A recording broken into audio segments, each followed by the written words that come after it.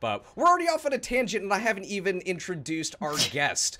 Everybody, you just listened to Archetype New from Implore, and joining us from the band, please welcome Gabriel, Gabbo, Dubko. My friend, welcome. How you doing today, man? Hello. Thank you for having me. How you doing? Yeah, absolutely. So, let's talk about the new record that's coming out, because y'all have been drip feeding us singles for the last like 6 months or so. Each one of them just gets us more and more excited for the album. I know that in the y'all have been going for about like 10 years now, and in the early days there were a lot of lineup changes or a lot of like different things that y'all had to work with, and now it seems like the guys in the band are pretty steady. You've been writing with them for a little while. How did that factor into your approach for this album? Basically, the core of the band right now is well, myself, that I'm the only like original member. Petro, the guitar player, he's been in the band since 2015, so that's quite some time for now. And Marcus, he joined as guitar player in 2017, but then moved to play drums in 2019 for our third album. And so basically, that's the three of us are the band. And now, since well, last year our bass player Carol quit the band. We have our friend Mauro helping us on the four strings. We don't know yet if he's gonna stay. That depends basically on him. Mm. So yeah, that's the story behind the band for now. And so do you think, this is, from my recollection, like the second, third album where the three core of you that you just mentioned have been working together for a little while. Do you think that working together for that long has kind of helped you try and figure out what direction y'all are going in? Does having that stability really lend itself into the writing process? Oh yeah, definitely. We know each other way better as musicians and as friends, which is very important. And basically, we just know where we're going at this point musically. Like we know what to expect from each other and what kind of chemistry we have when we write songs together. And that's like we cannot, of course, foresee what's going to happen on the next album and the next one and on the next one. But we know more or less that we have defined our personality more or less, and we know, depending also on what bands we've been listening for the last few months or years, we know also what the next music is gonna sound like. So that's it. Oh yeah, And Corey, please jump in. Oh yeah, just to follow up on that, I know that as John pointed out, that the three of you working together as long as you have has provided more stability, but has it also kind of allowed you to be more creative in ways that you haven't been in the past? Like really freed you up to be more creative because you have that stability? oh yeah, definitely. Basically, like, well, this album we wrote it. We recorded it in a cabin in the woods in like Lower Austria. Up, sorry, yeah, who cares anyway? In the woods somewhere, lost in the middle of nowhere, and That sounds excellent, by the way. yeah, and it was January. It was like snowed outside and like very very beautiful landscape and nothing to do other than just writing music. And when we started working on the new songs, we also knew that we wanted to try new things and we wanted to try. For instance, there's a song that has like clean guitar. Like our last single has synthesizer. We never did that before, and other than that, I think it's a logical evolution from our previous album, Alienated Despair. But we just wanted to try new stuff and like not really compromise ourselves to, you know, keep repeating too much what we were doing and try new stuff. Awesome. And you actually just answered my next question, which were, what are some of the more surprising things on the album that people will enjoy once it's out? And well, you just answered that. We got synthesizers. There's a song with clean guitars. But are there any other cool surprises that we could look forward to? That's a good question. I didn't listen to the album in a few weeks or even a month. Because I tend to, when I got the master and I listen to it every fucking day, but I don't know if I can curse, but yeah. Oh yeah, you can curse. We don't give a shit. Let them fly. But yeah, there's more hardcore influences. There's this song with synthesizer. There's a song more of like, I don't know, like in the, I wouldn't say Iron Reagan, but more like this we can not just kind of grind and a bit more party-like with a solo from our friend Sebastian from Exhumed. What else? More breakdowns. Always a good thing. Yeah. Never have too many breakdowns. More modern. We tend to be a bit more conservative, but we try new stuff, and I also like vocal lines are a bit different. I don't know, maybe stuff that we noticed because we've been working on it. Maybe for the untrained eye, for the untrained ears, it's nothing so different. But whoever knows the band and have been listening to us and our gradual evolution definitely will notice that there are new things and new elements, so to say. Excellent. Yeah, with when you guys released Love Will Gradually Perish, like I picked up like sludge elements almost, like for lack of a better term in that, like definitely going into that realm a little bit. So you kind of talked about it as far as and you've mentioned in a couple of press releases when the singles come out, as far as this is the direction that you guys are taking the band, and you're excited to see where it's going, and that you want to push yourselves and be creative and stuff like that. This probably doesn't have an exact answer, right? Because every artist is different. But for you, when you're writing and sitting down, and when you sat down to kind of think about these songs and put out the next Implore record, how do you personally try and challenge yourself to do things that maybe the band hasn't done before, but still have that Implore ethos to it? I think at the beginning I was very influenced by the definition of the band, like, oh, we are a grindcore band, oh, we're this type of band, we do this, we do that. And now it's like, I want to write music with my friends. I want to write music that fulfill us and enjoy the trip as long as it lasts. Because in the end, that's all about it. It's not about like whatever comes along with it. It's an extra thing. But what we enjoy is playing music together, and we don't really think how we have to sound, what we have to do, and how we have to do it. It's just like, I have this riff. Do you like it? Yeah, it's cool. Let's do it. That's it. And of course, since it's the core of us, the three of us, it sounds like us. Yeah. So whatever we do, it in the end ends up being Implore at the end of the day. So there's no much thought or much analysis behind it. That's it. Or even if the new song is like has nothing to do with the previous stuff, which is more I don't know. Some friends of mine said it sounds more like Burst or Cult of Luna or Call Leader or whatnot. It's like, yeah, I mean, I like all those bands, so maybe it does. So yeah, just subconsciously it came out. You weren't even trying to make it like that.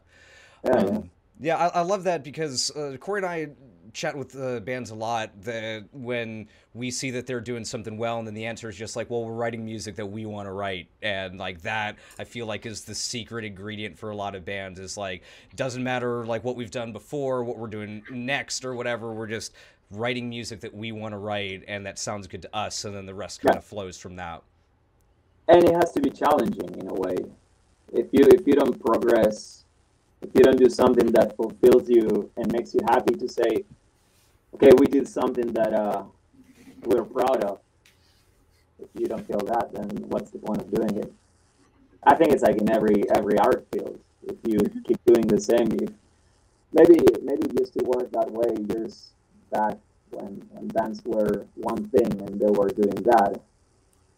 But I mean, I don't know. For us, at least, it's like let's keep challenging ourselves and writing new stuff. And what was the biggest challenge that you undertook while writing this album? Sorry, John, if that was going to be your next follow-up, but I'm stealing it. I was going to bump it to you, so hell yeah. The biggest challenge was still existing. Right, in 2022, right? Yeah, I know. I feel that statement on a spiritual, emotional, and like cellular level. Yeah, I mean, in 2020, the winter of 2020 to 2021, we almost break up like 2 times. We had a lot of arguments. We had a lot of. We all live in different cities. Well, I mean, we actually 2 of us live in Germany and 2 of us live in Austria, but pretty far apart. Even though both countries are border. But during that time, we didn't see each other for many months. Well, months on end, because we didn't really know when we were gonna meet up again. And our bass player just was not feeling it anymore. We still good friends. We still hang out together and whatnot, but like he just wanted to leave the band, and of course there was a lot of fighting between us to how to proceed and what to do. We were also dropped by our label that was some sort of a downer. Like, of course, it's a bit frustrating, you know, like when somebody tells you, "Well, we don't want to work with you anymore." But that's answering to the question. The biggest surprise and the biggest challenge was still being a band and still like resolving our own issues and still be friends and still make music together. That at the end of the day, that's what counts. That's definitely, and I mean, it definitely sounds like you guys were able to channel a lot of that frustration and a lot of that anger into this album, because it is, I mean, I know your albums are not, they're not unangry albums, but this is definitely one that is very pissed off. And thank you. I take it. It's a compliment from me. It's always a compliment. I love pissed off, breaking shit music, like music that makes me want to smash things. So yeah, if we say it is a compliment. Disgusting, horrifying, like bad, you know, that's always good. That's always good. Yeah. It's called the burden of existence for a reason. Yeah. It was a burden, and it still is somehow in a different level, in a different way, but it still is. Yeah. And John, it's hard. It's still hard to be a band in 2022, even though like the pandemic is almost a thing of the past. But it's, I don't know, maybe in the US, the music business had moved on, and the situation is a bit different than in Europe. But here is shit. Like, tours are being canceled all the time or cut short. The situation in Europe is not as good as in the States, probably. So it's still hard to be a band. But now that y'all have made it through the other side and are getting ready to release this album, like, so hindsight being 2020, right? What would you say to your younger self or your you know, past self, past bandmates getting through this, as far as like, what advice would you give yourself or anybody listening to have that perseverance and see it through to the other side? If you love what you do, keep going. I mean, be honest to yourself. Be honest to your surroundings, to your bandmates. If you still enjoy it, keep going. Why stopping? Of course, it's hard when you try to do something and there's no light at the end of the tunnel, and it's just like a down spiral of frustration and anger, and the thing you love the most, which is playing and touring live. Playing live and touring, you cannot do it. course, it's frustrating, but I don't really want to talk about 2020. Yeah. Let's move on. Let's move on. Well, so let's go. You know, that one's on me. I'll own that one. But so let's talk to the future a little bit, because you were talking about touring. Now I know you're going to be a little bit tied up at the beginning of next year, going on tour with Wormrot, another excellent grindcore band who looks forward and tries to change what they do constantly on every album, right? First off, how did that kind of evolve, and how is that going to impact Implore getting out on the road, and when should fans clamoring at the bit to see y'all expect to see you on the road? Good question.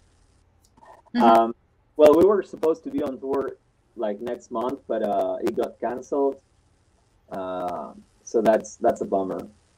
And then we're now trying to fill up dates in December if it's possible. Like, we don't really know. That's why I was talking about how fucked up the European music business is right now. Mm-hmm. But yeah, on the other side, I will be on tour with Wormrot, which, by the way, they dropped an amazing album. It's so good.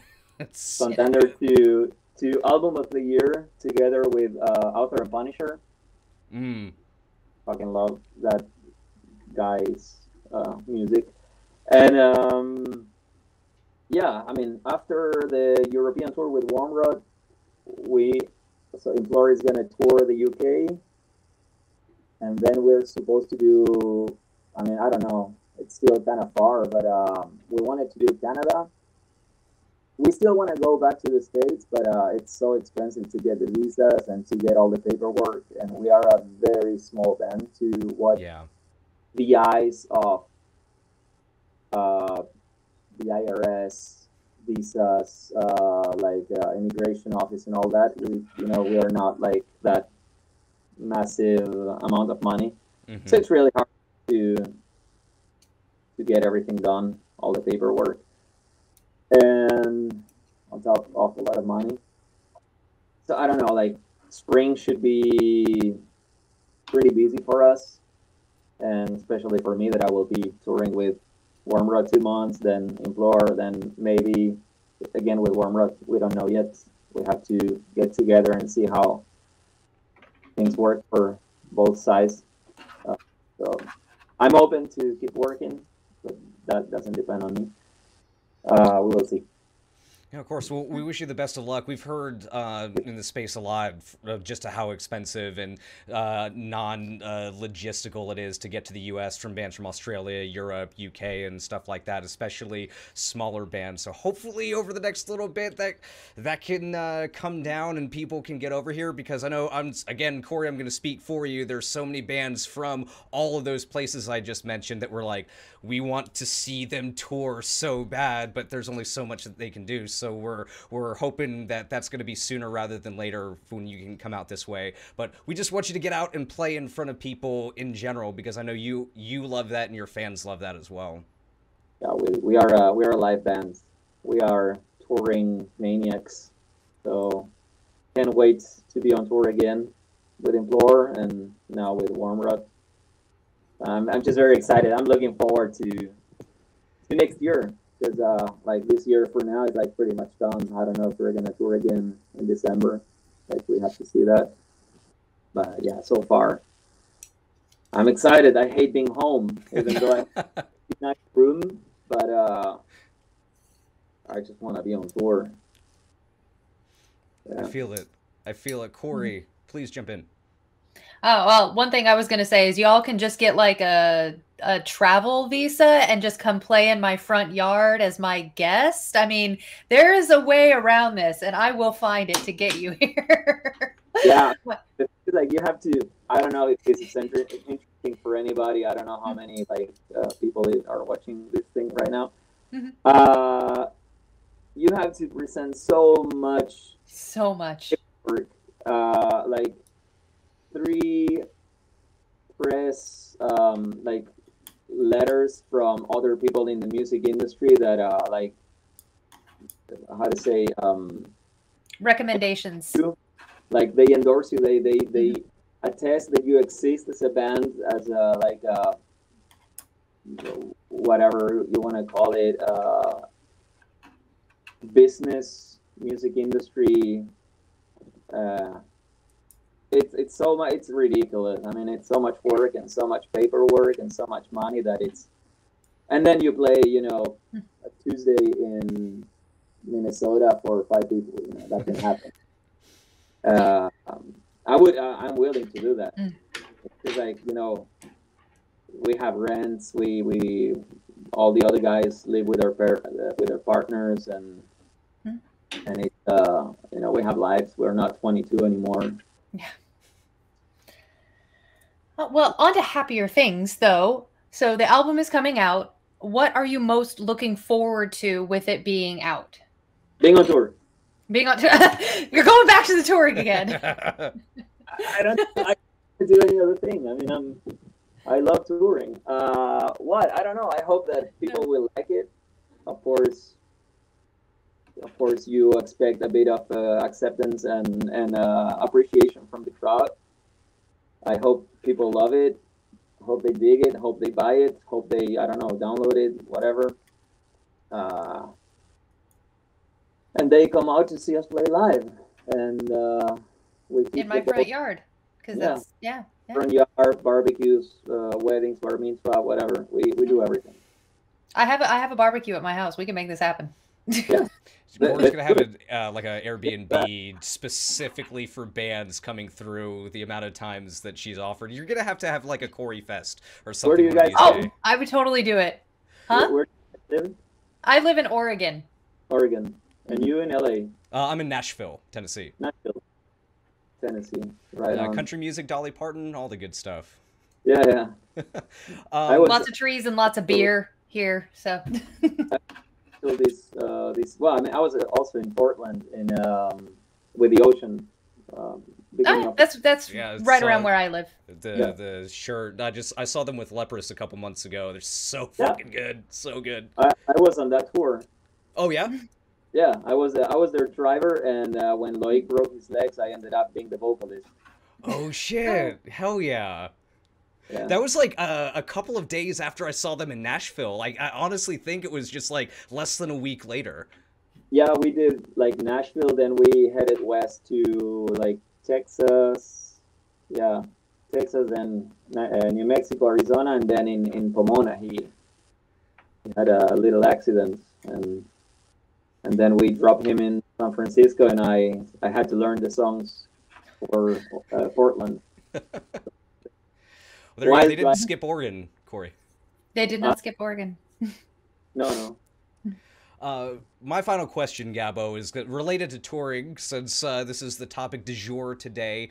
On this new album, Corey, I'm going to steal this question from you for once rather than the other way around. On this album, what are you most excited to play live and have people hear live? What do you mean?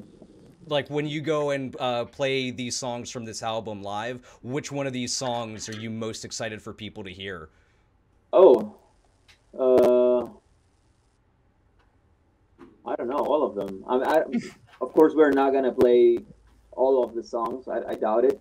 Mm-hmm. We're gonna, select, I guess, the rotating the songs, but I just hope they enjoy it. I don't know, like I don't have a preference on any song or anything. Just like, I hope they like it. I hope they dig it. I hope they help us grow. Mm-hmm. And that's it. That's my humble answer. I don't know. Yeah. Like, I could also say, yeah, all the songs are fucking awesome, and I want them to smash their faces in the monitor in the front row. Like, they could do that. They should do that. They should do that. So they should do that. You could be humble. I will tell everybody, go see the goddamn songs live, everybody. If they are in your city, buy a fucking ticket and go support live music, goddammit. Yeah, that's very important that people buy pre-sale and support the shows. And then, like, of course, the band buying merch and whatnot, but a lot of shows are getting canceled just because there's not enough pre-sale to make them happen. So it's pretty sad. Pre-sales are important, everybody. Do it. Don't wait. Just go. You can always resell the ticket later if you can't go. Just get the ticket first so that the bands know that you're coming and can expect a good show out there. Buy the ticket, figure the rest out later. Yeah, that's what I did with Merciful Fate. That is how I live my life. I gotta go to Atlanta to see Merciful Fate. It's like a hotel and all that shit. I don't care. I still got it. Corey, please take us away with the last question of the day. The final question, the super important question, the question to end all questions. That question? Did you like my little Kronk impersonation there? Yeah. All right, so important, super, super important question. Probably the most important question ever. What is your favorite dinosaur? Ooh. I don't really. That's a good question. I think there's one called Argentinosaurus. Probably. Let's see. I don't know what that one is. It's from Argentina, and I'm from Argentina. Yeah, Argentinosaurus. I'm looking to see what that one is. Oh, it's a long neck. Yeah. It's a long necked one. Dude is huge. Holy crap. Yeah. Looking at it, and it is just a massive, kind of terrifying looking long neck guy. Like I like it. I dig your creativity with this one. We've never gotten that one before. Yeah, that's a brand new one. It is a brand new one. I didn't even know about that dinosaur, and I love my dinosaurs. One more for the list. Yes, I love it. Fuck yeah. Gabbo, thank you so much for taking the time out of your day to talk to us about this album, about your music, and about touring and dinosaurs as well, my friend. Thank you so much. And congrats on the album. We will be spinning it October 28th. Everybody, go pre-order it. Go listen to it. Go grab it. And most importantly, go see Implore on tour wherever it is in the world that they are going. Thank you so much for having me. You're absolutely welcome. In Nashville and Oregon. Yes. We'll see you there. Whether it's in our front yards or at a venue, we will accommodate you either way, my friend. Exactly. Thank you.